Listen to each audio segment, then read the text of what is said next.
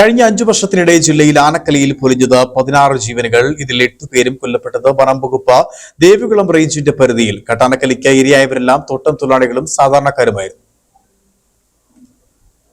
കഴിഞ്ഞ June 8-ന് Chinnakanal zinc കണ്ടത്തിന് സമീപം മകളെ സ്കൂളിൽ ബസ്സിൽ കയറ്റിവിടാൻ പോകുമ്പോൾ കാട്ടാന ആക്രമിച്ചതിനെ തുടർന്ന് സിങ്ക് കണ്ടം അങ്കണവാടി തെരുവിൽ താമസിക്കുന്ന മാരി കൊല്ലപ്പെട്ടതാണ് ഈ വർഷമുണ്ടായ ആദ്യത്തെ അപകടം.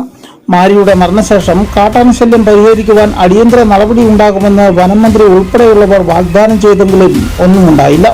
ഏറ്റവും ഒടുവിലത്തെ സംഭവമാണ് ഇന്നലെ കാട്ടാന ആക്രമണത്തിൽ കൊല്ലപ്പെട്ട ഒച്ചിത്തേവരുടെ മരണം.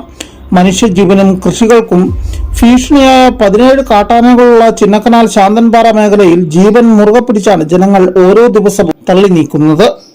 കാട്ടാനകൾ ജനവാസ മേഖലകളിൽ ഇറങ്ങാതിരിക്കുവാൻ അടിമാലി, കാഞ്ഞിരവേലി, ചിന്നക്കനാൽ, ശാന്തൻപാറ, മറയൂർ, കാന്തല്ലൂർ എന്നിവിടങ്ങളിലെ ജനവാസ മേഖലകളിൽ സൗരോർജ്ജ തൂക്കുവേലികൾ നിർമ്മിക്കുമെന്ന അധികൃതരുടെ വാഗ്ദാനവും വെറുതെയായി.